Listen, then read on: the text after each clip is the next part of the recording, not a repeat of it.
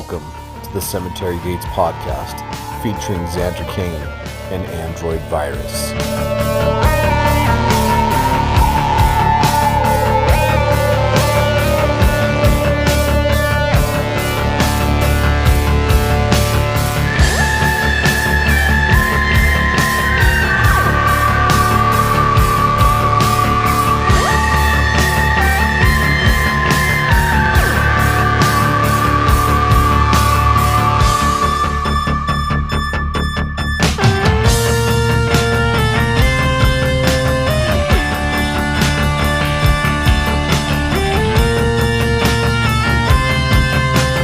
Hey, welcome back to the Cemetery Gates podcast. I'm Android Virus, joined by my illustrious co-host, Mr. Xander Kane. How are you, sir? Hey, dude, I'm great. I'm fantastic. I can't complain today. In Hotlanta? In Hotlanta, weather's nice. You know, before it's going to rain for the next 5 fucking days, so we got a nice one today. Yeah, we're supposed to get something like that, too, here. We'll see what happens. Bullshit. It's bullshit, man. If I sneeze a few times on the podcast, it is the desert weather of the spring, and it's when all the fucking shit gets kicked up, and the allergies start. Yay! Yeah, so I'm Mr. Allergy Head, but I've been taking my allergy medication. It's yet to kick in, though. I should have started. Whoa, that was aggressive. Yeah, I should have started like a week ago to let it build, you know. But yeah, Saturday night it just boom hit me. We were watching some scary ghost shows on the Travel Channel. Excuse me, on Discovery Plus. Yes. Yeah, I've seen a bunch of those, and I've never seen half of them. I'm like, well, maybe I'll tip my toes in some of these later. They're fun. I mean, I'm a sucker for ghost shows. Yeah. Paranormal stuff. I've always been into paranormal stuff since I was a little kid. I mean, it's just intriguing to me. Whether or not I believe in some of them and just take them as a grain of salt as far as the shows are concerned, to what's smoke and mirrors, what's for entertainment purposes, generally I quite enjoy the shows. Rad. Especially the ones in New Mexico. Those obviously. Yeah. In Atlanta too. I don't know if I'm sure they got some good stuff. I mean, there's haunted stuff all over the United States, if you believe in that, right? Well, yeah, in Georgia, like Savannah is a hot spot of ghost activity. Well, yeah, you guys had like crazy civil wars out there. Yeah. I mean, we had like just crazy. I would say New Mexico is like just really. I mean, if you're a native here, and you would know that, like, it's just. This was it was like, just picture Mad Max, but with like natives and cowboys and settlers.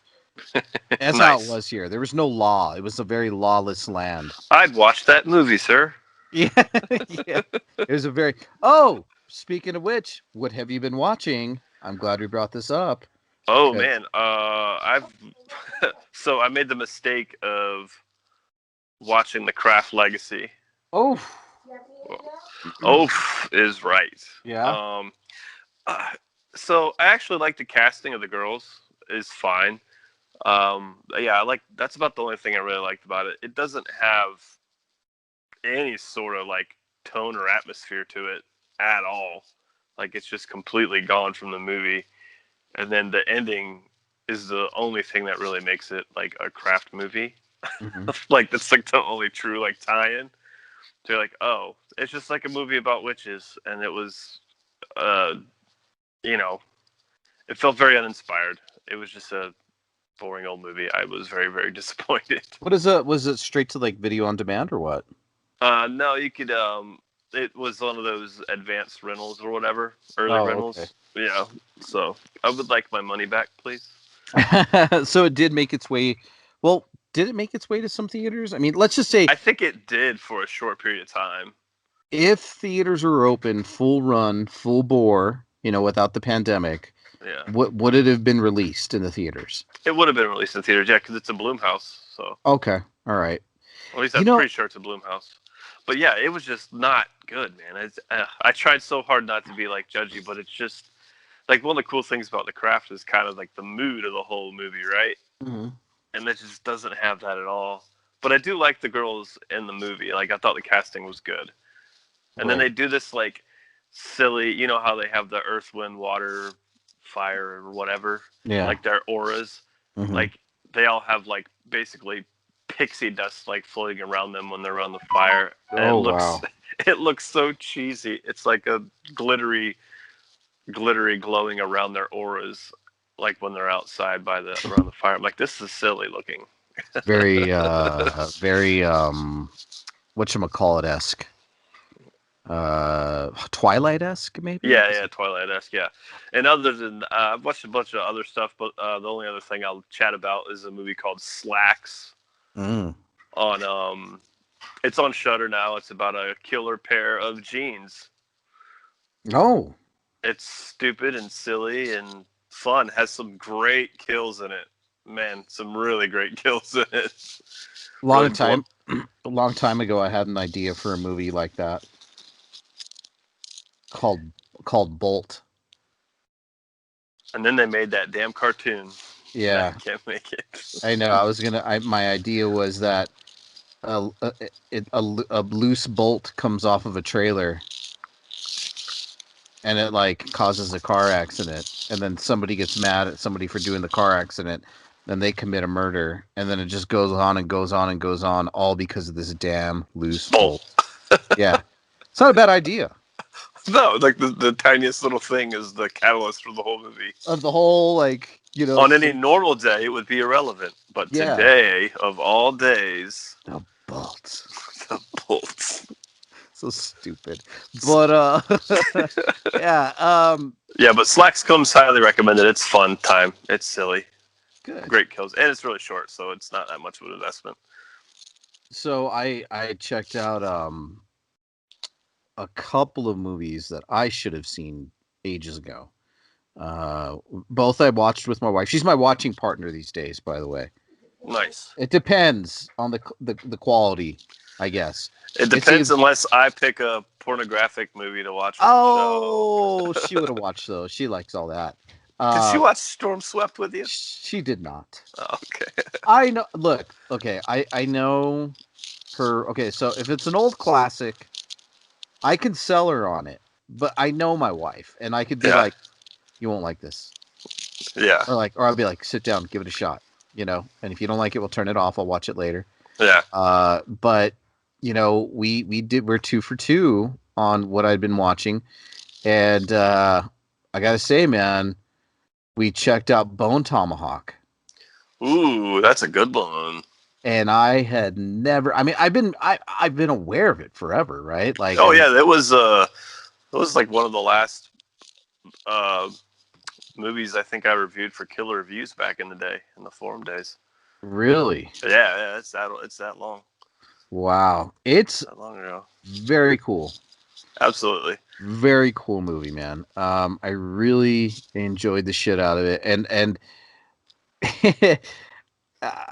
they got some not. I mean, obviously, it's not really historically accurate, but they definitely got some pretty good stuff down as far as how people died back then. As far as, we'll just put it this way: if a rogue native group or some native raiders or whatever got into your camp when you were settling out west, hence the Mad Max of the desert here. It was if you were a male above the age of, let's say, 12, maybe even younger. No, I would say 12 and older. Your future was not good and your death was very grisly. Right. And the way they killed that dude in the cave. Oh yeah. The scalping and then just holding the legs up and splitting them down the middle. That's pretty accurate. Yeah. Not fun. Not a fun way to go. No, I also didn't think that movie felt as long as it was either. It's like 2.5 hours long, but it never felt that long to me when I was. At least what I remember, I thought I was like fully kind of invested in it the whole time. Yeah, it's great, man. I mean, even though it's like a lot of just like trekking, across the desert, it's such a fun movie. Looks like they filmed it probably somewhere obviously they filmed it somewhere in the Southwest. Just, always looks like my backyard, but could be 500 miles west of me, still all the Southwest, Right. Yeah, so that, and then we finally checked out, and it was my wife's suggestion. She's like, "Have you seen Altered States?" And I was like, "No," but I've been wanting to see it forever, obviously. So we finally sat down and watched it. It made me a little nervous. A little nervous. I don't know if you ever watched Altered States, but I've actually never seen Altered States, so I always remember that box cover art though. Yeah. That one's, for whatever reason, it's one of those that's like forever embedded in my brain. Yeah, just him laying upside down with the wires coming out of his head. Or something like that. Yeah. Yeah, but it's like a brownish color, the poster is. Yeah. It's like a weird, it's not sepia tone, but just weird. Yeah, it's just science, man, playing with shit that he shouldn't be, really. I won't give too much away if you've never seen Altered States. Oh, by the way, we got a request, Xander. Uh-oh. Let's not give spoilers to the ends of movies. Meh. Or turn it off if you don't want to listen to it. I was like, yeah. We don't always. Sometimes we do, sometimes we don't. Sometimes we do, sometimes we don't. But yeah, man. So Altered States was good. So those are like kind of the most notable stuff I've seen. I mean, obviously we're always catching shit here and there, turning it off in the middle, never going back to it. You know how it goes. But and the ghost shows, those are always my favorite. Yeah. Always my favorite.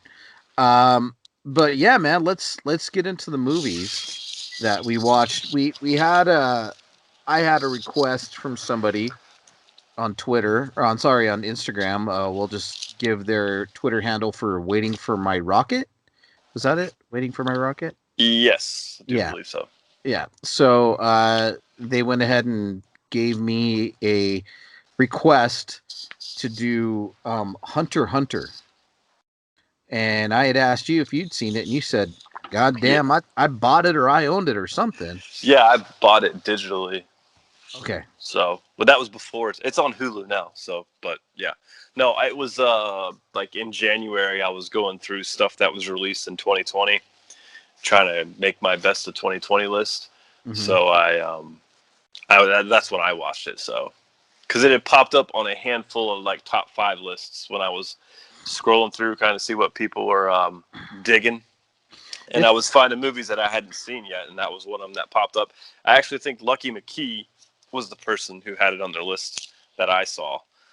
I was like, if Lucky McKee puts it in his top 5, then there's zero chances I don't like it. So here we go.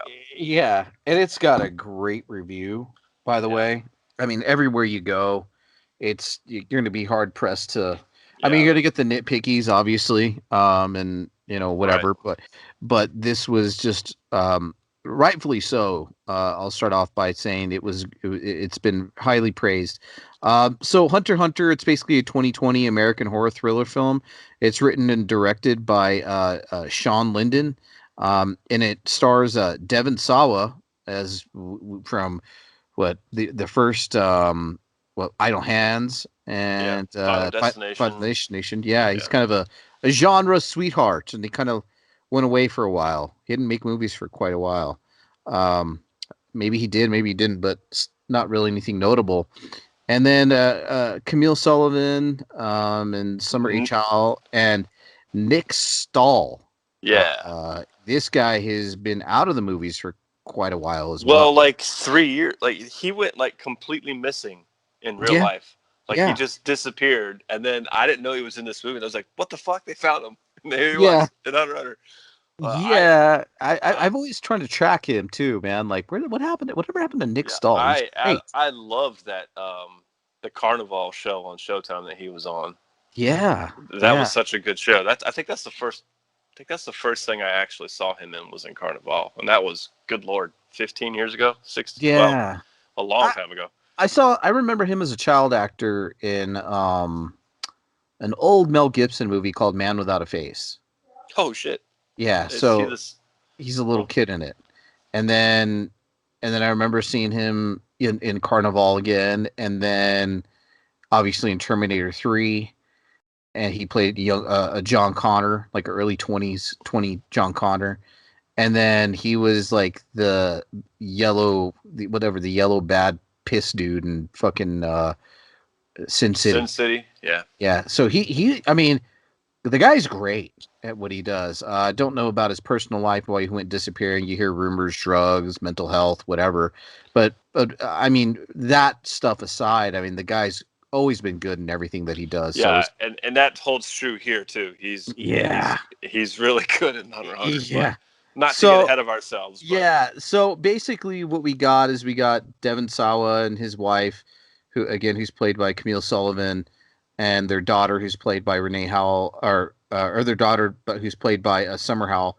They basically live like in a remote Canadian wilderness, and it's kind of like those shows that you see those people, those Alaska hunter shows. Those people yeah, the decide to Alaska Bushman or whatever. they Yeah, decide to live like off the land, and they're barely scraping by as fur trappers. He's training his only daughter how to, bait and trap and skin hunt. animals and hunt, and the wife stays at home to take care of the cabin. You know, kind of doing.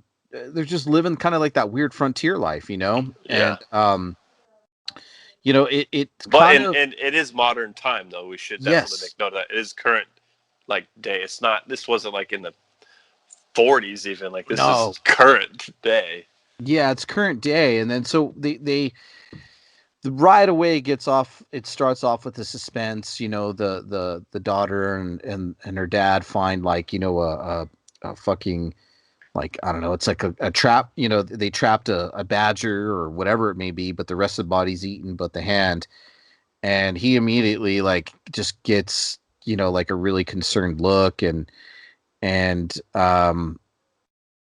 what they're finding is there's a wolf that has came back, that they kind of talk about, that this wolf has been kind of stalking their family because they're trapping the food and the wolf's going where the food is. Right. They've become a reliable food source, is what the wife says. Mm-hmm. Because they keep their traps in the same area, and I guess they think the wolf is like just staying by those traps because they know they are, and like so, hence the fear that the wolf knows about them and is potentially stalking them. So Yeah, and it's yeah, it feels like the wolf is learning. So he decides, one day, look, you're gonna stay home with your mom, help out with the house stuff.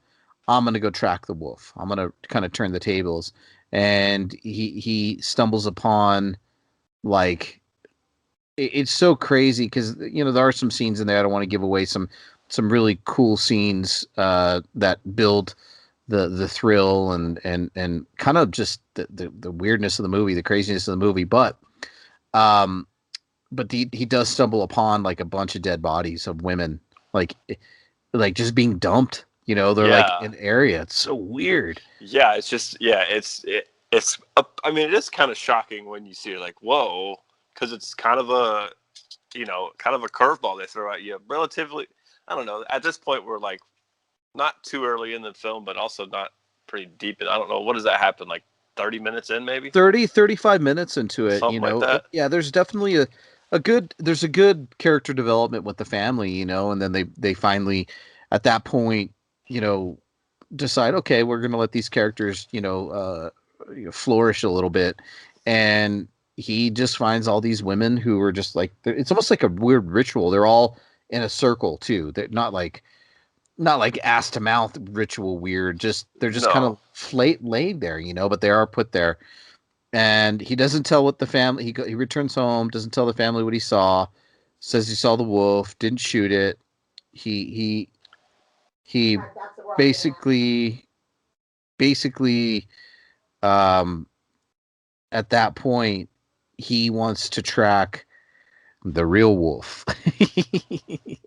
yeah, So to speak, you know what I mean? right. Like he's going to track the real person, and which happens, he does. And then the daughter and the mom have an encounter with the real wolf, not the guy, but the wolf. And Yeah, they that's a really cool scene. That's one of my favorite scenes of the whole movie. Is they're like down by the water. Are they washing dishes or clothes in the water or the yeah, stream or they're something? washing clothes, yeah. And then, the wolf comes out, and the mom and daughter are basically pinned on the edge of this rock, and it appears to be like winter time. So obviously they don't want to hop in the water, and the wolf has them cornered, and the mom just like puts her arms around her daughter behind her and just like belts out this scream to the wolf, just like, I'm here, don't fuck with me, don't fuck with my kid. And then the wolf is just like, and he goes away, and you're like, whew. Yeah, that's really cool, man. And they, he doesn't, she goes to report it, and they're just kind of like, and then you kind of get some other cast of characters in there, the cops, and they're kind of just really dismissive of her. Yeah. And then, well, they're dismissive of her because they're basically illegally living on the land out there. And like, are you sure you want to? You sure you want to? You sure you want to go there? You sure? You really sure? You sure you want to talk about this? Like, she's like, I'm out. Yeah, it was funny where the female ranger was like, you can't really be mad at a wolf for being out in the woods, being a wolf. Right. So the funny thing about it is they're like being really not believed, but then you kind of have the story of this is the funny part. Like, you kind of have a little bit of character development with the two rangers, right? And one of them's like, got to go get a dead bear that was shot on somebody's property. Yeah. He's all, these fucking yuppies. And he's all, I'm finding you $500 for not securing your trash can properly. What? Just like he's like, are you kidding me? That was so funny. Yeah. But yeah, they eventually, the husband doesn't return, and he they're kind of having to fend for themselves, and essentially, the daughter's having to skin the baby deer that the mom shot, and then they hear like crying from the woods, and they think it's the dad, but it ends up being the Nick Stahl character. No, they think it's the dog. Oh yeah. Well, the dog's missing, and the mom Yeah. buries the dog too, and doesn't tell the daughter nothing. Yeah. Don't worry about it. Very dismissive of the daughter. Don't worry about it. Dog's not coming back. Who knows? Just really kind of doesn't even really acknowledge the fact that the dog's gone, which she buried because of the wolf. But yeah, they end up bringing. They hear the cry from the wolf from the woods, and they find Nick Stahl. And they bring him back to the cabin and revive him and take care of him, and he gives his legs. Yeah, his legs kind of jacked up from something. Like he was unable to walk. I guess from a trap. Seems like it because they're setting traps up all over the woods, and they kind of nurse him back to health, and he feeds him a line of bullshit, which you can kind of clearly see. You don't trust this dude right away. No, yeah. And in the meantime, the cop, he has to go back out on another call, and he's just seeing. He decides to go. I don't know. He saw a car parked on the side of the road that he saw suspicious earlier, and he decides to get out. This time, he decides to investigate it, and he eventually stumbles upon the same scene. But earlier in the movie, Devon Sawa's character sets all these bear traps around the bodies to hope to catch the person who returning, to the bodies. He's hunting a wolf. Right. Thank you. Appreciate you. My wife bought me a chicken pot pie. What? Ray, I want one.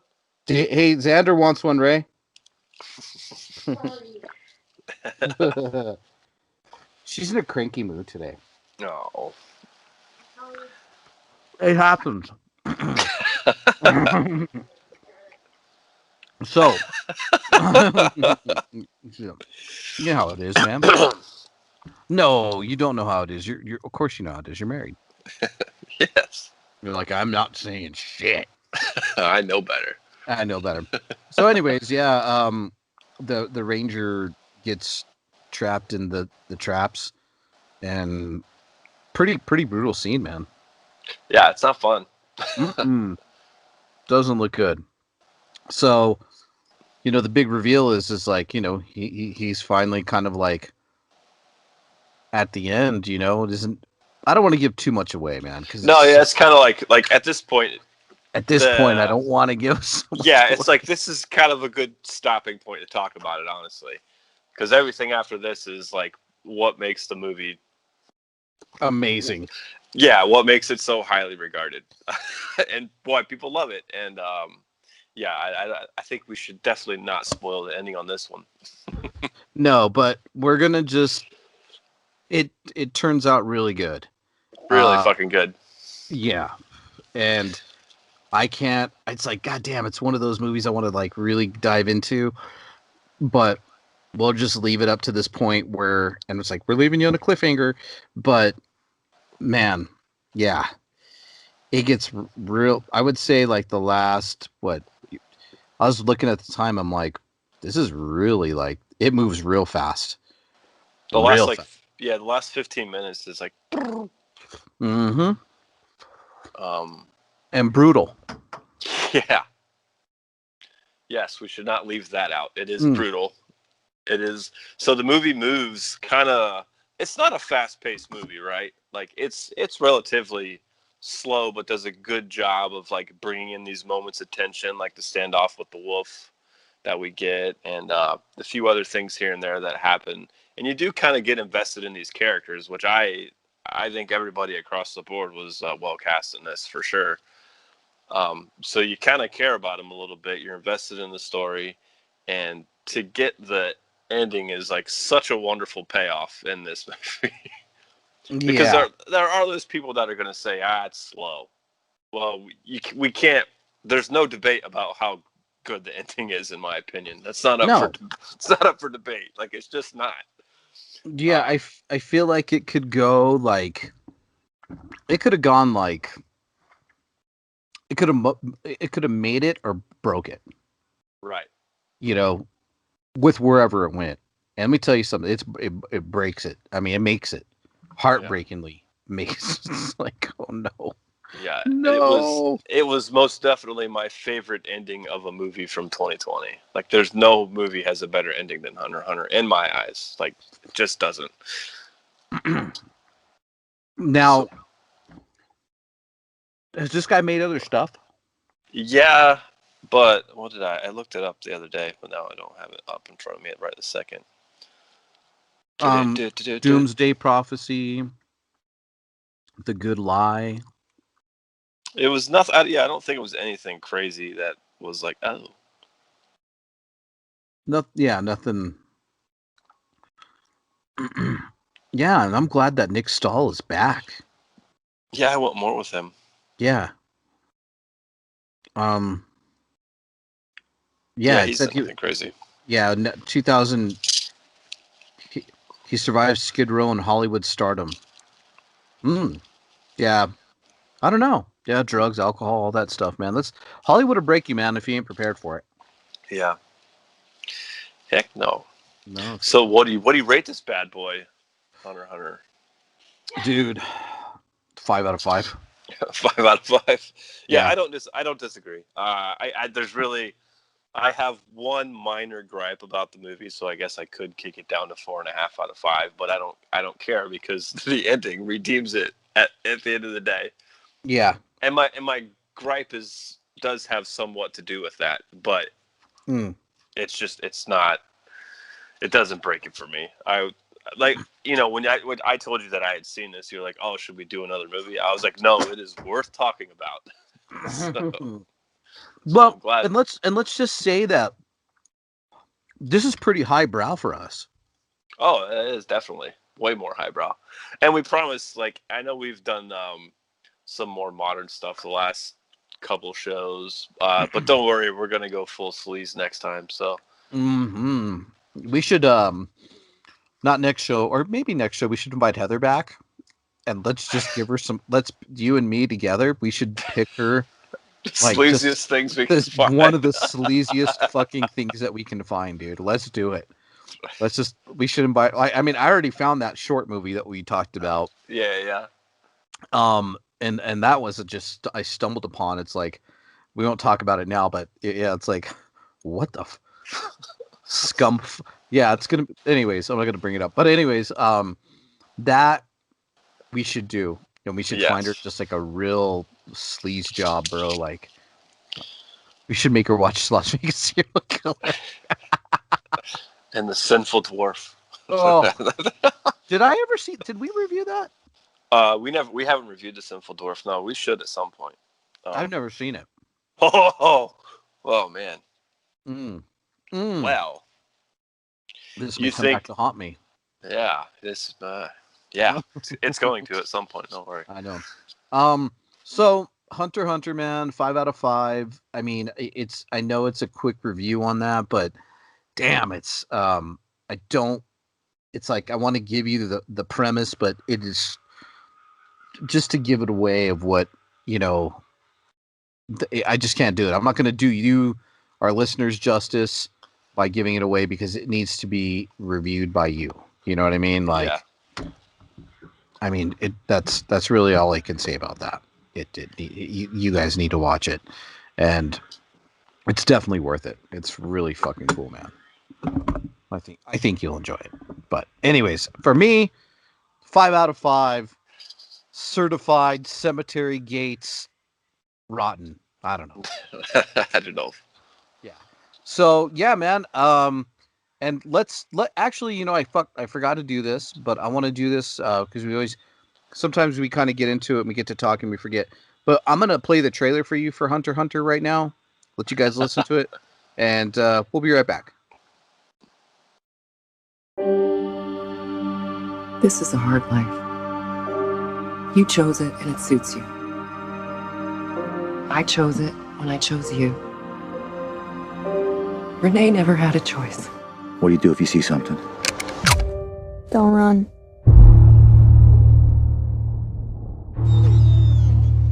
The wolf is back. Ate a raccoon and left the paw. This isn't a normal wolf. It's just a hungry wolf looking for an easy meal. I will catch it. What is that? It's a ring. The wolf ate a ring? Maybe it was attached to something that tasted good. What, like a finger? Where did she say she found this? Out in the woods. Hello?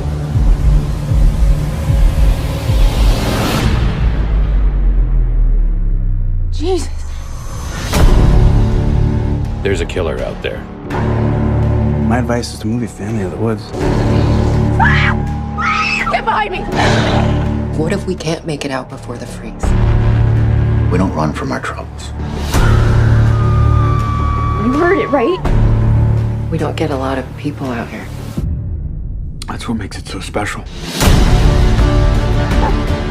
Nothing pushes us out of our home. I'm worried about Dad. Renee says she heard a gunshot. We've got a blood trail. Your husband wanted to catch a wolf. Is that what he told you? Stay in this room until I come get you. Say you understand! I understand!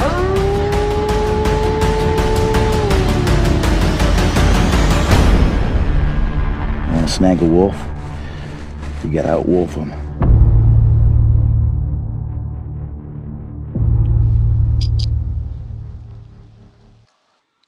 All right. That was the trailer for Hunter x Hunter. You have the Murray Callender's chicken pot pie, Xander. Uh-huh. This is free advertisement for them. And you can cook them in your microwave, put them in there for like 8 to 10 minutes. They come out okay. Yeah.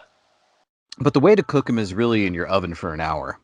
And hence, you burn the roof of your mouth. The blister swells up on you. And then you pop it right away, let it fill up with fluid. Oh, yeah. It's great. Tastes great. It tastes great, man. It's awesome. That's the extra flavor burst you need when you have the Marie Callender's to burn and get that blister nice and swelling on the roof of your mouth. The blister at the top of your mouth with the Marie Callender's pot pie is the extra flavor. You didn't do that, Rachel? No. She blew on it. Well, you're good at blowing, but I mean blowing the. You know what I mean. She's such a trooper. She's like, I'm out of here. Where you going? You gonna go hit the bonger? No, actually, I'm gonna go meet Sancho. Oh, okay. She's gonna go meet Sancho. And for our white listeners, in Spanish world, Sancho means her boyfriend. Sorry, I'm just being a dick. I'm just being a dick. No, I'm gonna go get. I'll be the judge of that. She's gonna go with some allergy pills. Allergy pills. Anyways, guys, let's go ahead and listen to the trailer for your pick. All right. I know we just listened to a trailer, but it's cool. The back-to-back trailers, no big deal. Yeah. And it's our show. We'll do what we want. We do what we damn want, and we're gonna listen to your trailer for what year did it come out? 2020. Another 2020. Well, technically, it debuted in 2021 on Aeroplayer, so it's current. It's now. It's out now. Goddammit. Yeah, it's out now. All right, so we're gonna listen for the trailer for The Stylist, and we'll be right back. Hi. Right this way. So, what's the plan? I wish my hair would do that. But we all want what we don't have.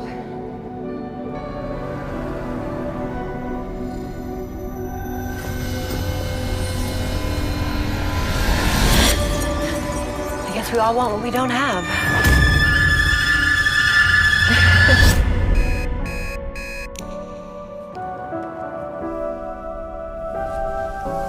Claire, this is amazing.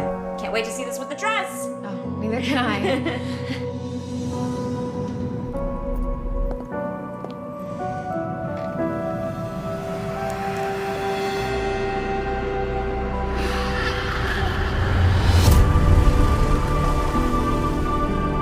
So, how's the wedding madness? Getting married turns you into such a narcissist. I am actually nervous. It's gonna be great. I love you. Tell me about you, Claire. I do hair. You get to go in and out of people's lives. You hear stories. The hairstylist. She's creepy. Doesn't Liv actually know her? You give life advice. I guess we all want what we don't have. It's almost like having a family. Are you okay? Stop it! What did you do?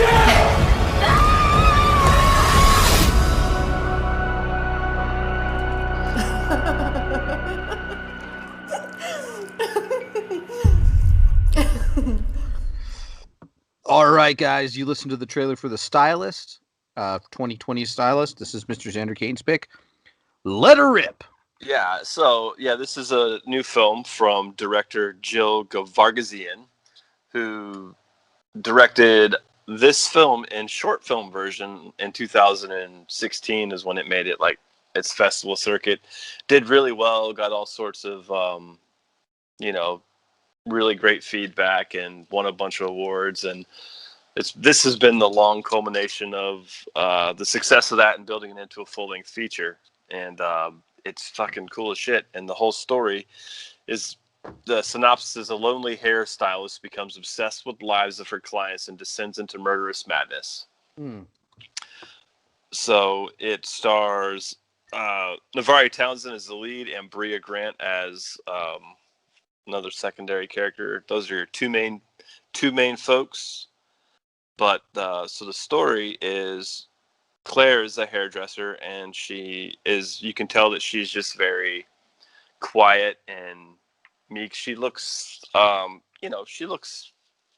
she looks sad all the time, right? Like, she's just kind of a little bit quirky and a little bit sad, and she is a hairstylist, and she just kind of likes, she has conversations with her customers, and then every once in a while she'll decide that she wants to kill one of them, and she'll basically cut their scalp out and take their scalp back home to her, like a little, it looks like a I don't know, a garage or something, but it's not. Like a basement. It's like a basement garage. Yeah. It's weird. Yeah, but it's really cool. She has all these glass mannequin heads, and she's got all the scalps on them all. Mm-hmm. But what's interesting to me about the character is so she goes through that and has small talk with these shitty people, and then winds up taking their scalp. But then when she gets back and gets in front of the mirror to put the scalp on, she's like crying and like struggling like with the, like, I don't know if she's sad about it. You don't really know what to feel about it. You're like, this is fucking weird. Like, what's her deal, right? Like, the hell is going on? Yeah, they really don't. She's very awkward. She's very anxiety ridden. That's all I could really say. Yeah, socially awkward. And I'm just speaking from like personal experience. That's how I feel on the inside, but not on the outside. But anyways, I digress. She's very just like anxiety ridden and very awkward and very beautiful. Yeah, it's like this character's probably been through some shit. She's a little damaged. Yeah, something's not right? Yeah. And so that, that's like the beginning of the movie, and that's like kind of where you start off. But like the ultimate like storyline is she has a regular customer that is like trying to convince her to do her wedding hair because Claire doesn't do wedding hair for whatever reasons. Like it stresses her out. She doesn't want to do it. And one of her normal clients, her wedding hairdresser, canceled. So she's like pressuring her to please do my hair for the wedding. And they wind up getting this like friendship, right? And it's really cool throughout the whole movie. You're watching Claire like, she's like, oh, this person, like it feels like you feel like she's genuinely trying to be friends and connect with Claire or with Olivia, which is the character's name. So she's like trying to make those things, but then like she'll have these like little mini meltdowns, and she like will do something in conversation with Olivia that she'll feel guilty about, and then she'll think about it, and then she'll get like really worked up about it, and then she winds up like killing another lady who like wakes up through like halfway through scalping her, and then it just turns into this like violent stabbing session on the floor. Yeah. Which was pretty cool seeing. Like, I love the contrast of the first two kills, right? The first one is pretty calm and like calculated, and she just like gently carves out the scalp, and the second one is much more chaotic. So you see like the tension building in the character from just from trying to navigate a normal friendship with someone that she just got so pent up and just kind of went off the rails a little bit for her. And it's almost as if this friendship that she's developed with this one of her her clients, the one who's getting married, is kind of like causing her to want to be normal. Right. She's like, they don't say it, but it's in the movie. Visually, she boards up the fucking room that she has the scalps in. She's, and she doesn't say it like I'm done, but she's boarding it up, putting a hammer in the fucking door or nails in the door. Like she's done. She's done with that. She wants to be normal. Yeah. She craves it. Yeah, but she doesn't know how to be. She comes on too strong. You know what I mean? Like, yeah. And that's the kind of how it kind of goes throughout the movie is. She gets jealous of the other girl's friends. Right, yeah. She gets invited out to like the bachelorette party, and then Claire invites her over to see the wedding dress and the hair together to like hang out and have pizza, and she gets real nervous when the husband gets home and like leaves. And they do have at the bachelorette party, her and Olivia do have a kind of a pretty good conversation. Like, oh, they might actually get through this like as friends. Like you feel okay about it when they're talking about Olivia's feelings towards her husband. And, she's getting married and she's like having those like those normal second thoughts, and Claire's like trying to help her navigate through that conversation. So it's kind of it's a good scene. I think it's actually a really important scene in the movie, that whole conversation with them two on the couch while the other girls are away, but the other girls are like shit to her and like they hate her, and they're like behind Olivia's back, they're like, oh, don't let me invite the cake decorator to my wedding. What the fuck? Yeah, she's like in the stall listening to everything, and it's like just nailing the fucking putting the nail in the coffin of like, yeah, I'm really not accepted anywhere. They think I'm a piece of shit. So it kind of solidifies like already her awkwardness that she feels. It already solidifies everything, like as far as like, yeah, I guess I am weird. Yeah, I guess I'm, and she gets real pissed, and you know, it was a really cool. It builds up to a really cool scene. And again, this is another one that I'm not sure that we want to give the ending away to. No, we won't give away the ending because it's solid. Yeah, it's a solid ending, but there is a lead up to a point where she does kind of get so infatuated with her client's who's getting married life. She sneaks into her house, and this is, dude, you could do the scalping, you could just do the awkward conversations, the awkward acting, the awkward, I'm not saying bad acting, very good acted, but I'm not saying just the awkward everything about this girl. But the fucking strangest part in this movie to me that is up there, obviously this movie will never be as popular, but that is up there is Fatal Instinct. What is it? Single white female? Is that what you're no, what's that one with Michael Douglas? Is it Fatal Instinct? Basic Instinct. Basic Instinct. Yeah. Like, it's up there with like that kind of weird stuff. Not as relenting, I would say, but look, there is this part that I'm going to spoil, but it has nothing to do with the ending. But she does sneak into her house and then puts on like nightgowns and stuff. Yeah. And then fucking finds her vibrator like in her underwear drawer and starts using her vibrator. Yeah, you're like, what the fuck? I was like, ooh, you crossed the line there, bitch. Like that was like, that was a line crosser. I mean, there was already lines crossed, but that was a big one. It's like, wow, you know, that was a rough one. And then right away, she can't contain it no more. She does pretty much a home invasion. You know, we won't give that one away either, but that was a pretty good scene too. Oh, absolutely. But yeah, so you have like the backstory of people looking for missing loved ones, and you know, where did they go? You know, and it's a descent into madness, which she was already mad, and it just goes even darker, darker. So I ended up watching this one with my wife as well. And man, we enjoyed the shit out of it. So it's great, man. I love this movie. I love the short film. Full disclosure, I've over the years. So Jill used to write for she used to write for one of the horror websites. So I used to read her articles and whatnot. And she is the Stylist. I think debuted at Etheria Film Fest, which is an all women's short film festival. Mm-hmm. And I am friends with the lady that runs that. So I've known of her and kind of been in her, you know, not in her social circle immediately, but like, you know, our groups have been near one another at different times over the years. So I was super happy to see this get a full release. She worked really fucking hard to get this movie made, and it almost slipped away from her, and they decided, fuck it, we'll do a Kickstarter, and they did it, and they raised all their money, and she immediately got in some other people to help her write, because she fully admits, she's like, I'm an idea person, so like I have these ideas in my head, but I don't sit down and write you know, a dialogue, or you know, I don't write a script traditional way. So she hired in people that she trusted and knew, and I think she did a great job of putting those people in there. Rob Zombie, that's what you have to do. That's how you do it, Rob Zombie.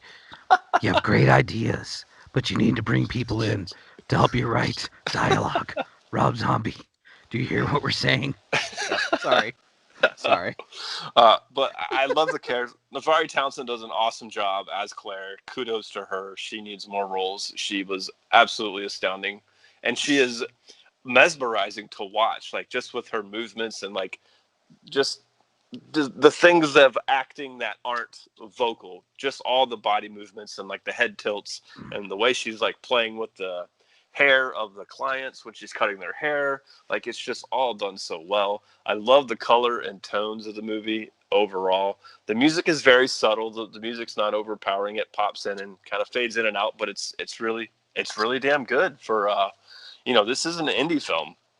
It's a passion project for Jill that, you know, I think it's all paid off for her. This debuted on Arrow Player, and currently That's Arrow's streaming service, for those of you who don't know. It's only on Arrow's streaming service right now, but it's the #1 streamed movie of all time on the service. I mean, granted, it's only been open since October, but there's a lot of great shit on there, and this movie's passed them all, like, hands down in views.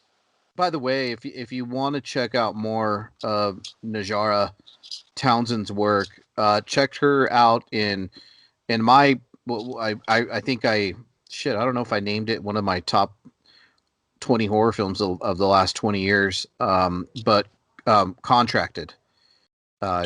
She was the star in Contracted, which is a really fun take on the zombie genre. I know it's beaten to death, but it's she starred in that one as well. So yeah, and it should also be noted that Olivia, the girl that gets married in this movie, is Bria Grant, and she directed 12 Hour Shift with Angela Bettis. Is that yeah? And that's a really fucking cool movie too, that I encourage you to check out. So like, she's a director as well. So it's like full of lots of female empowerment stuff getting on here. But you know, and to wrap it up a little bit, man, I just think it's a fun watch. It's different. Like I said earlier, I love the contrast between the two kills. I like that they don't give you a ton about Claire. You kind of make assumptions. Like, there's no like definitive, this is what happened to Claire, this is the way she is, right? It's not over explained. It's like, here's some pieces, put it together. And I kind of like that mystery. And the ending, I think, is fantastic. It's definitely a solid ending that we don't want to spoil. No. And it was a very fulfilling ending, you know. And I was watching an interview with Jill Six, and she said, or Jill Gervagasian, her Twitter name, or her Twitter handles and social media is Jill Six. But what she said when she started going from short film to feature, she's like, well, I know how I want to end this movie. And they kind of built it backwards from there, and it shows. And the third act is really strong because that's the way they decided, or that's the way she wanted to like tackle writing it with the writing people that she was working with. So, and that's amazing. I think that's really, you know, a credit to her as far as like doing it her way, you know. It's not really something that people will do or people are used to, but when it's your vision, it's your project, and you're like, hey, I want to know, I know how I want this to end. We're not going to change anything up. You know, we're going to do it that way. I think it's an amazing. Some people would classify this possibly as an art house film, indie film, but let me tell you what, it's stylish. The coloring's great. The pacing's great. The acting's great. The writing's great. And it gives you just enough to gnaw on and to kind of leave it a bit ambiguous to Najara's character. You know, you love to hate her. You feel for her because you could see the mental anguish and pain that she's in, that Claire is in. Right. And you could see that she's trying really hard. It's one of those situations where you're trying so hard to please people because you want to feel normal. You end up putting them off. You know what I mean?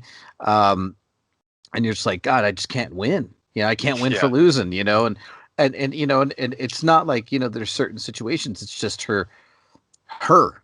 It's her. It's not like anything that she does. It's just the way she talks to people, the way her interactions, everything she does is and she's great in it, man. And her character, and I feel for the character. You do. You're like, oh my God. Shit. You're like, oh yes. You're like, get it right. Yeah. You can be friends with Olivia. She can be your, like, you know, knight in shining armor, for lack of a better term, like to save you from your own madness, right? Right. And Olivia is pretty annoying. I'm sorry. She's just kind of your annoying, like, you know, head stuck in the clouds, wrapped around getting married, and the whole bullshit around that. You know what I mean? Yeah. And it's like that's all she's got to hold on to. But it really kind of nails it home as far as like, all I want to do is I want to get married, and then now what? You know what I mean? Now what? Right. Like, What's next? Yeah. What's next? It's like. It's all she cares about. It's all she cares about. She just want to get married. I want to get married. I want to get married. I want to do this. I want to do this. And she's with a dude who obviously is annoyed by her. You know. Yeah, he's just not. And yeah, he's it feels like he's uninterested. Truthfully, like all their interactions are like, oh. Hey, Yeah. how's it going? Yeah. You know, You're like, this is going to divorce. babe, is there any food in the oven? You know, it's like, is there food? You know, it's like, I mean, come on, we're married. I've been married. Yeah. We all get to weird points in our marriage. You know what I mean? And you know, you But not kind at the beginning. no, no. Yeah. You know? But like, I don't have any issues giving this a 5 out of 5 either for me, because it's just I think it's a great ride. I don't think there's not too many movies that are like that. And there's you can dissect this movie way down. There's other like little things you can analyze about this movie that I think a lot of people will find interesting. So it's cool as shit, and sorry. So Jill the director is a hairstylist and has been a hairstylist for over 15 years. And the salon that they shot in is the actual salon that she works at. Nice. And she's got a cameo in the movie.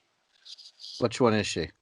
Home invasion chick? Yeah. I think I recognize the tattoos.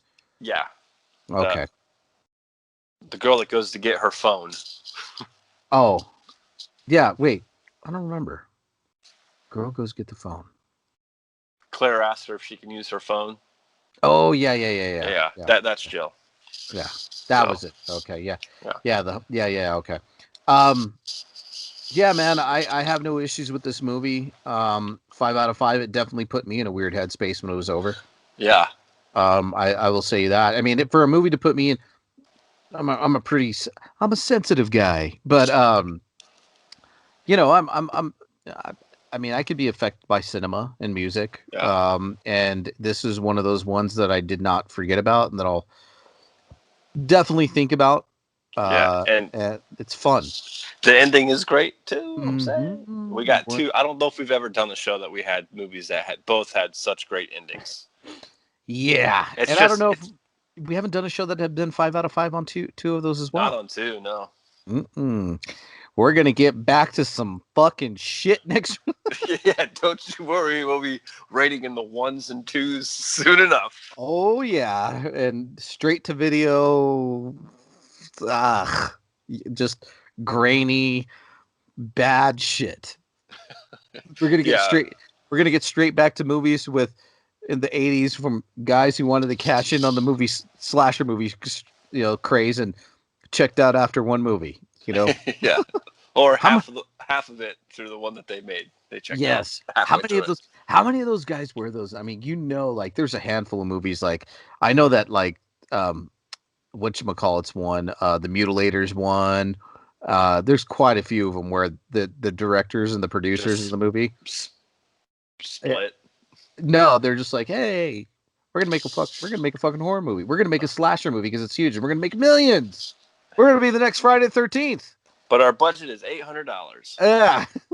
And boom. But be thankful you're not the next Friday the 13th, because you'll be in litigation for the last 11 years on who owns it while you're screwing the fans over. Sorry. That's okay. We're allowed to be angry still. Oh, yeah. Come on. Because it should be fucking resolved. Get it together. Book. I'm owed $10,000 because Jason's hockey masks, the marks on it were an inch lower than they were an inch higher on the sequel. So I'm owed that $10,000. It's like, God damn it. Can we just get this off the fucking ground already? I want to play Friday the 13th online. It hasn't been updated in God knows how long because it's stupid shit's in litigation. Yeah, I actually took it off my PlayStation because it needs updated. Yeah. I was like, all right, let's just move it on. Yeah, let's just, come on, guys. But anyways, look, they're going to listen to us. All right, man. So back to the sleaze next episode. Maybe we'll invite Heather back. Yeah. We'll see. We'll see. We'll see how she's feeling. She's busy. She's on like 11 podcasts these days. I don't know what the hell she's doing hanging around slumming with us every once in a while. Yeah, she's busy. She's on one. I'm podcasting 3 times this week. I'm this one, and then we got It's Not Horror Okay on Thursday. And then on Sunday we got Is It Really That Bad? Sunday is the start of a new week, man. Yeah. Well, so, is it? Oh, Jesus. Yeah. There you go. Well, only twice this week. And then I'm doing Android Vision on Saturday. So if this is up before Saturday, you guys tune into Android Vision, and you can find out more by liking the Android Vision Facebook page, or following me on Twitter at Android Virus, or Android Vision _ on the Instagram. And they got shirts now again. Oh, yes. And I want to give a huge shout out to, and I'll send her this podcast, to an awesome, just sweet chick. Very easy to work with. Just really easygoing. Miss Penny Slice. Go follow her on Instagram. Again, Penny Slice. Just a really kickback, awesome, beautiful woman. Just a fun, you could just tell she loves what she does as far as modeling is concerned. And beautiful, did I say, by the way? But anyway, she modeled our shirts. Yes. And yeah, so if you guys want any shirts, just kind of follow the leads there. But yeah, man, so that's it for me tonight. What about you, man? What do you got going on? Nothing.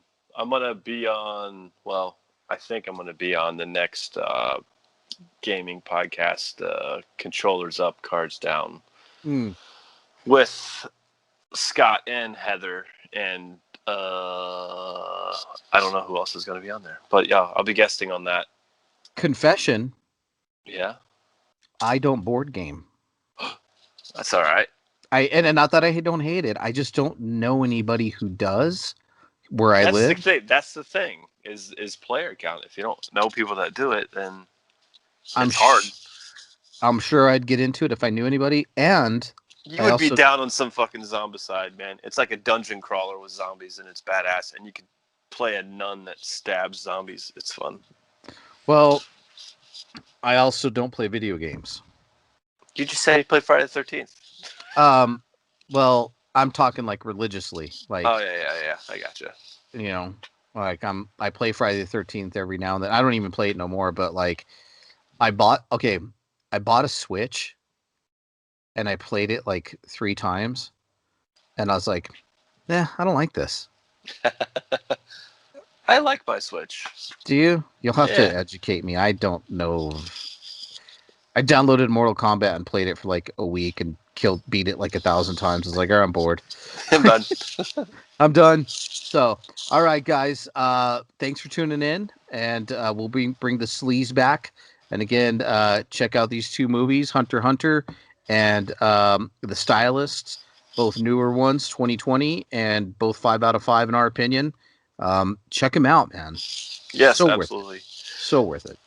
And we promise more sleaze next time. Yes, yucky sleazy. Either way, we'll probably do 3 movies either way next show, and a short film. We're picking crap for Heather, I'm telling you. All right, guys, thanks for tuning into the Cemetery Gates podcast. We will see you in a couple weeks or so. Yep, let's do it. All right. Good night. Good night. You've been listening to the Cemetery Gates podcast, featuring Android Virus and Xander Kane. Follow us on Twitter at Android Virus, at Xander_Kane, and at Cemetery Gates 66.